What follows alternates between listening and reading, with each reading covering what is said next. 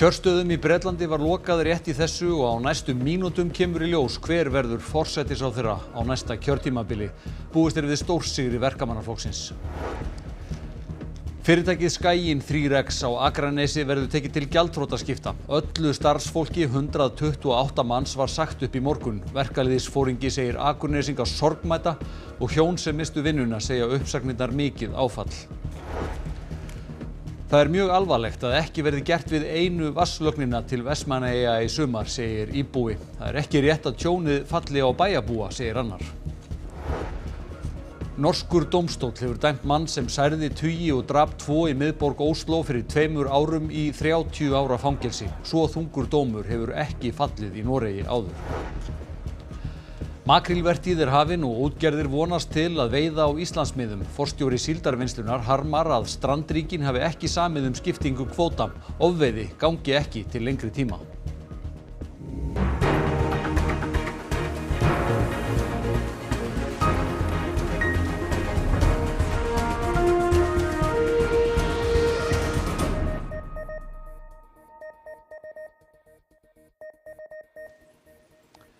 Gott kvöld. Kjörstöðum í Bretlandi var lokað nú klukkan 9 og kosningunum því formlega lokið. Verkamannaflokknum er spáð stórsigri. Ólöf Ragnarsdóttir, fréttamaður, er í Lundúnum í kosningapartí hjá stuðningsmönnum Verkamannaflokksins. Ólöf, er búið að birta þessar útgönguspár? Já, þær voru birtar bara rétt í þessu og samkvæmt þeim vinnur Verkamannaflokkurinn stórsigur og bætir við sig meira en 200 þingmönnum og íhaldsflokkur Rishi Sunak tapar næstum því 250 þingsætum og hér brutust út gríðarleg fagnaðarlæti og fólk er byrjað að fagna eins og þið sjáið þótt að þetta sé bara útgönguspár. En við fórum líka víða völl í dag og við ræddum við ungan mann sem var að kjósa í fyrsta sinn og hann er hálfur Íslendingur en hefur búið hér allt sitt líf.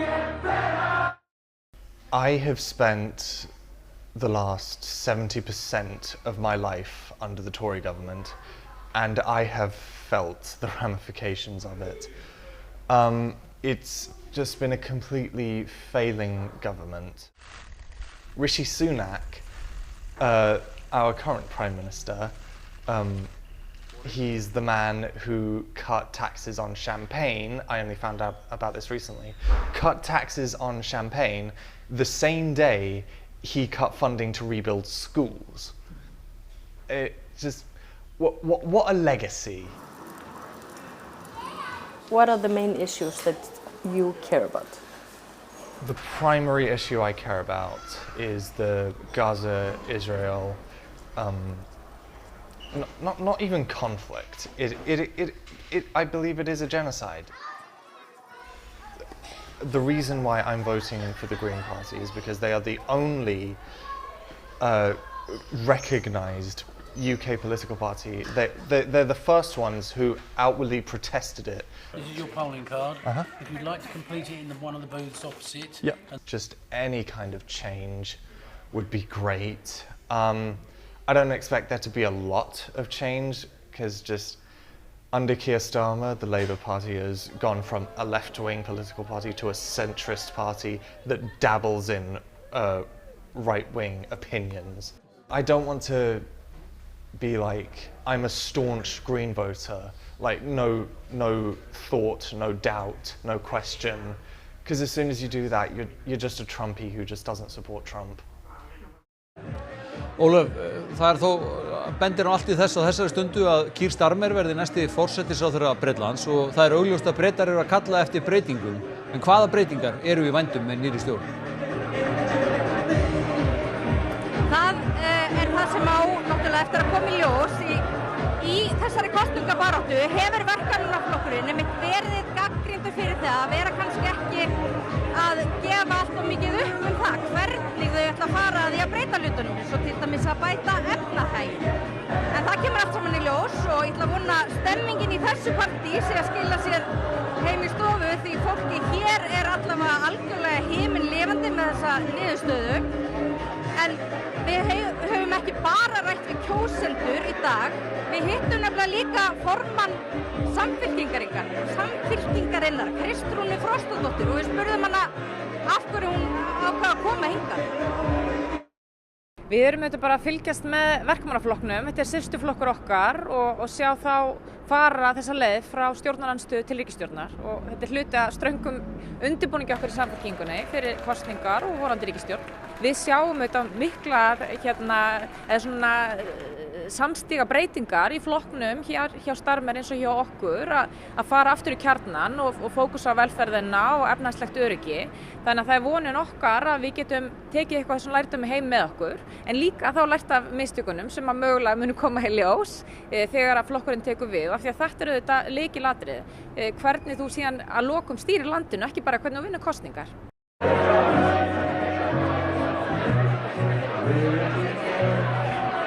Já, mig grunar að svona verði stemmingin hér eitthvað fram eftir nóttu en hvað og hverju þá fara niðurstöðurnar sjálfar að svona koma inn hérna á eitt kjördæmi og eftir öðru og svo framvegis en það er búist við því að niðurstöðurnar verði orðnar alveg ljósar svona 7-8 í fyrramálið.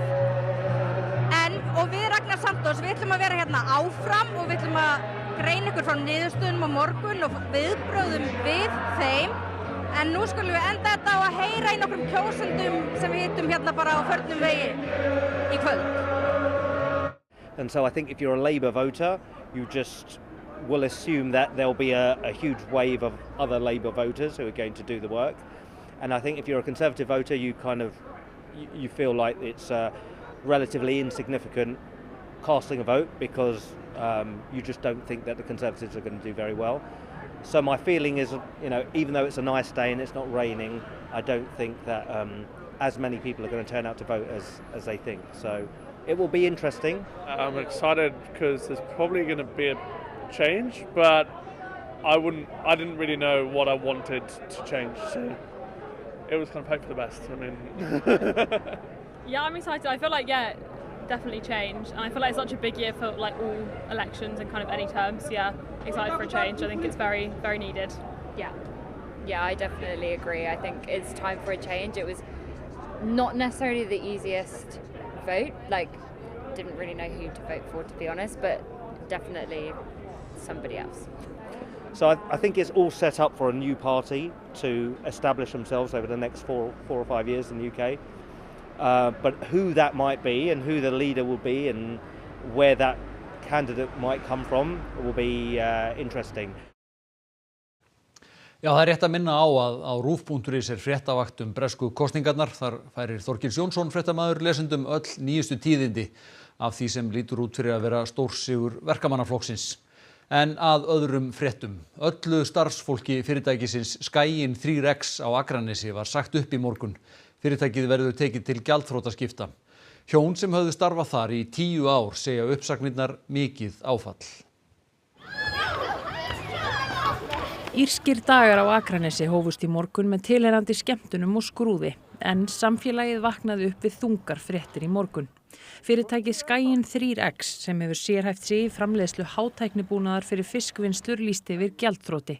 Öllu starfsfólki var sagt upp, 128 manns. Fyrir okkur sem bæjarfélag þetta mikið áfall að missa þarna úr rekstri, rótgróið fyrirtæki með langa sögu, mikla þekkingu, reynilega vagga þekkingar og hugverka í mikilvægri stoðgrein við íslenska sjávarútveg og matvælavinnslu. Fyrirtækið á sér áratugalanga sögu á Akranesi. Það er nú í eigu þýska félagsins Bater sem keypti það að fullu árið 2022 og þetta er stór vinnustaður í 8.000 manna bæjarfélagi.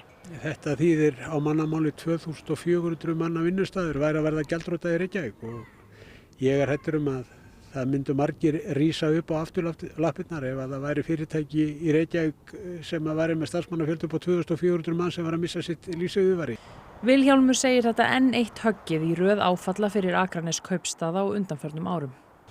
Það er náttúrulega hlutverk stjórnvalda, bæði bæjaryfirvalda og stjórnvalda að tryggja atvinnu í hverju sveitarfélagi fyrir sig í raun og veru og búa til þannig rekstrarskilyrði fyrir fyrirtæki að þau geti vaxað og dafnað.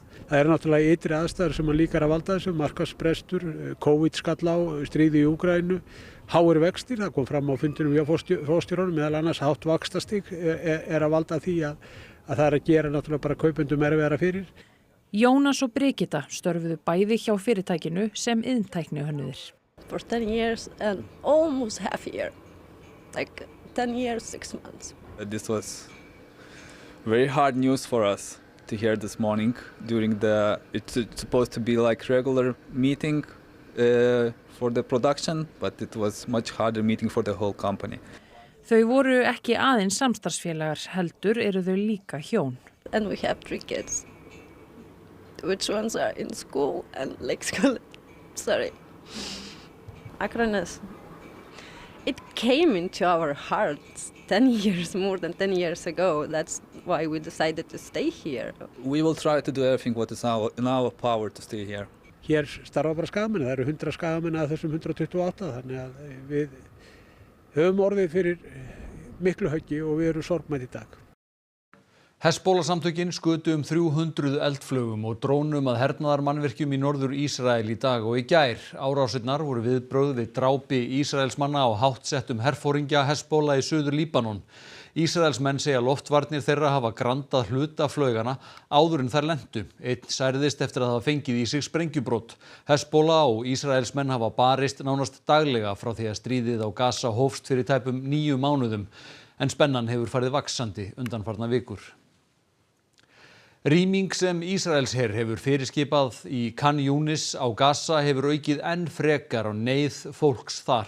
Eitt af sjúkrahúsum borgarinnar var meðal annars rýmt. Innviðir eru orðnir svo laskaðir að skólppollar hafa myndast utandyra. Ísraelsher fyrirskipaði á mánudag rýmingu á suðausturhluta Gaza, þar á meðal austurhluta Khan Yunis. Evrópusjúkrahúsið innan þessa svæðis en tekið var fram að sjúkrahúsið væri undanþegið. Á það var þó ekki treyst. Sjúklingar og starfsfólk ákváðu sjálf að yfirgefa sjúkrahúsið.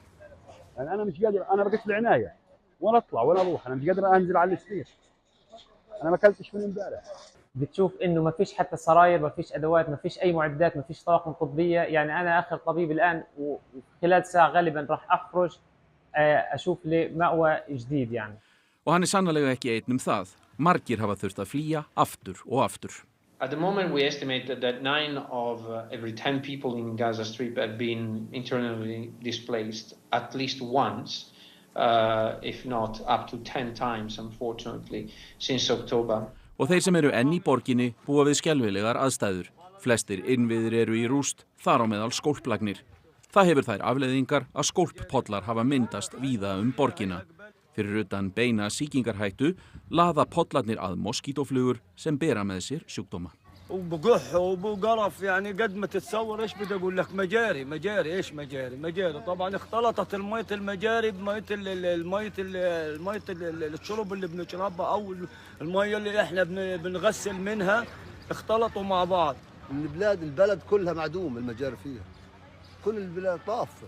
عند على السكه عند دوار موزه طاف يعني السوق كل واحد كريك وطريقته عنده بفحروا وبيقنوا لها. Ekki verður lögð ný vatnsleiðsla til Vestmannaeyja í sumar. Það ekki góð staða, segir bæjarstjórinn. Treysta þurfi á mildan vetur og að laskaða lögnin haldi. Það verður ekki hægt að fara í fullnaðar viðgerð á lögninni í sumar. Vegna þess að það þarf mjög margt að ganga upp. Við þurfum sérstakann viðgerðarbút sem reyndar til, en það þarf útlagningarskip og það þarf undirbúning. Þannig við munum ekki ná því og það að hluta til. Hefur með það að gera, það eru ekki búið að ná einhverju niðurstöðu tjónið. Bæjaryfirvöld ákváðu í gær að fara í mál við útgerðina vegna deilu hver á að bera kostnað af tjóninu. Aðeins talið raunhæft að gera við lögnina eða leggja nýja yfir sumarmánuðina og því þarf að bíða með varanlegar aðgerðir. Þá verðum við að reyna að leggja lögn næsta sumar og treysta á það að við fáum sæmilegan veðurvetur en munum auðvitað undirbúa lögnina fyrir veturinn og HS-veitur munu gera það. En þetta auðvitað ekki góð staða að vera með lögnina laskaða og vera að fara þá inn í annan vetur. Íris segir að meðal annars verði lögnin ströppuð betur af. Að auki í gildi viðbragðsáætlun þannig að ekki þurfa að rýma heima í ef lögnin brestur. Búið að flytja inn nokkra svona gáma hingað til Vestmannaeyja sem eiga að tryggja íbúum vatn ef að vatnslögnin gefur sig. Þessi gámur á vegum almannavarna og hér inni búnaður til þess að breyta sjó í vatn. Til viðbótar önnur svona vél í notkun hjá landeldisfyrirtækinu Laxey.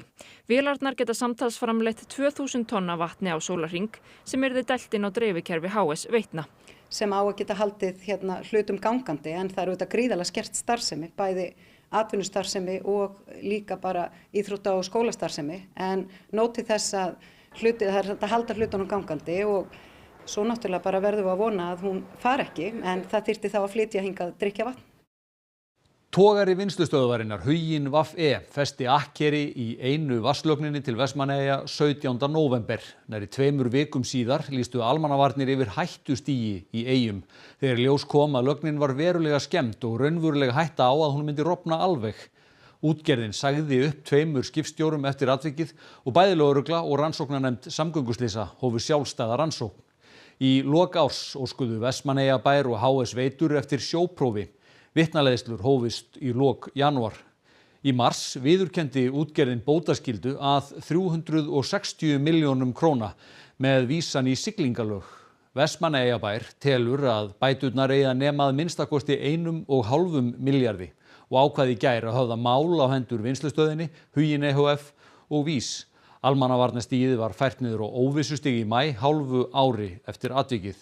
Heyrum næst í bæjarbúum hvað þeim finnst að fara inn í annan vetur með lögnina laskaða. Já, auðvitað maður dauðhræddur yfir því að það sé ekki hægt að gera við henni í sumar. Það bara blasir við. Þetta náttúrulega algjört öryggismál. Það bara eitt vont veður sem einhvern veginn þannig að það hendar illa, þá getur allt farið bara. Þannig að mér líst ekki vel á það. Mér finnst það bara alveg ferlegt. Svo Það er alveg stórfurðulegt að skuli ekki vera gert við þetta. Það er lífsnauðsynlegt. Við verðum ekki að drekka sjó bara eða hvað gerist. Það er bara alvarlegt, mjög alvarlegt að þetta við þurfum á vatni að halda og sjávarútvegsfyrirtækin eru svolítið háð þessu og bara samfélagið þetta er bara gríðarlega mikið eiginlega áfall að þetta skuli vera svona. Það hefur nú ekki truflað okkur mikið hingað til en væntanlega þarf að gera þetta fljótlega. Svo eru líka deilur það hver á að borga tjónið og hugsanlega gæti það fallið á ykkur íbúana. Hvernig finnst þið það hljóma? Það finnst mér nú ekki rétt að gera það. Tryggingafélag þá skipsins ættu þá að borga tjónið. Þá flytur maður bara. Maðurinn sem drap 2 og særði 20 í skotárás í miðborg Ósló fyrir 2 árum var í dag dæmdur í 30 ára fangelsi. Þetta er þyngsti fangelsisdómur sem hefur verið kveðinn upp í sögu Noregs. Maðurinn Sanjar Matapour, sem norskur ríkisborgari en af írönskum uppruna, var dæmdur fyrir gróft hryðjuverk sem beindist sérstaklega að hinsegin fólki. Árásin var gerð við bar sem vinsælt meðal þeirra. Auk fangelsisdómsins var Matapour dæmdur til að greiða jafnvirði 1,3 milljarða íslenskra króna i skaðabætur. Líklegt að dómnum verði áfrýjað. Dette ikke en handling som fremprovosert av noen som helst. Dette en nøye planlagt, grufull handling som utført. Og det var viktig for de fornærmede og etterlatte å få etablert. Det er viktig at vi har et lovverk som gjør at vi kan straffe terrorangrep hardt. Det er angrep som kan ta livet av mange mennesker. Det skaper mye frykt i befolkningen, og det kan vi ikke akseptere. Hallgrímur, þetta þyngsti dómur í sögu Noregs. Hvers vegna fær hann svona þungan dóm? Já, það sem vegur þarna þyngst að afleiðingarnar hefðu getað orðið miklu verri en þar voru. Bæði lendir árásmaðurinn í því að byssan stendur á sér, annars hefði hann skotið miklu fleiri, og að auki þá náðu vitni að yfirbuga hann áður en lögreglan kom á vettvang. Það kom líka í veg fyrir meiri skaða, þannig ásetningurinn var greinilega að valda mun meiri skaða. En það er enda rétt að kannski skjóta því hér inn í að einn af dómurunum 3 í dómnum í dag taldi að Matapour væri ósakhæfur og þess vegna ætti að sýkna. Margir spyrja sig vafalítið af hverju fær þessi maður þyngri dóm heldur en Anders Breivik sem myrti miklu fleiri. Já, ástæðan fyrir því að þegar Breivik var dæmdur árið 2012 þá var hámarks refsiramminn 21 ár samkvæmt lögum. Það dómurinn sem hann fékk þá. Þessi lög 30 ára hámarksrefsingu fyrir gróft hryðjuverk, þau voru ekki sett fyrir árið 2015 og þetta í fyrsta sinn sem dæmt eftir þeim lögum. En það kannski rétt að bæta við að það hægt að framlengja dóminn yfir Breivik á meðan menn meta það sem svo að hann sé ógn við samfélagið. Takk fyrir þetta, Hallgrímur Indriðason. Uppsjávarskipin freista þess að veiða makríl í íslenskri lögsögu og það styrkir samningsstöðu Íslands kvóta ef síður þarf að sækja fiskinn á alþjóðlegt hafsvæði. Strandríkin náðu ekki samkomulagi kvótaskiptingu og því verður makríllinn ofveiddur enn eitt árið. Uppsjávarskipin eru tekin að landa makríl en fyrsti farmur vertíðarinnar kom til Neskaupstaðar á þriðjudag. Beitir NK veiddi í íslenskri lögsögu tæp 500 tonn af stórum og góðum fiski. Næsti farmur kom lengra að. Það smærri makríll úr Smugunni suðaustur af Svalbarða. Í uppsjávarfrystihúsi Síldarvinnslunnar eru menn ánægðir að fá loks hráefni eftir loðnubrest, gleðjast yfir góðum fiski og að þurfa vonandi ekki að veiða í Smugunni. Það 400 minna sigling þangað í staðinn fyrir að sigla í 150 mílur eitthvað slíkt. Þannig að það skiptir líka miklu máli upp á gæði fisksins og hráefnisins. Já, það náttúrulega gríðarlega mikilvægt upp á að sýna fram á rétt okkar Íslendinga við samningsborðið að hann hér og hefur verið hér meira en áratug í íslensku sjó, umtalsverðu magni. Íslensku skipin mega veiða 120.000 tonn af makríl með því sem ekki veitist í fyrra. Stofninn sameiginlegur og hafa aðrar þjóðir ekki viðurkennt fullt tilkall Íslands til makrílkvóta. Því meira veitt en Alþjóða Hafrannsóknaráðið leggur til.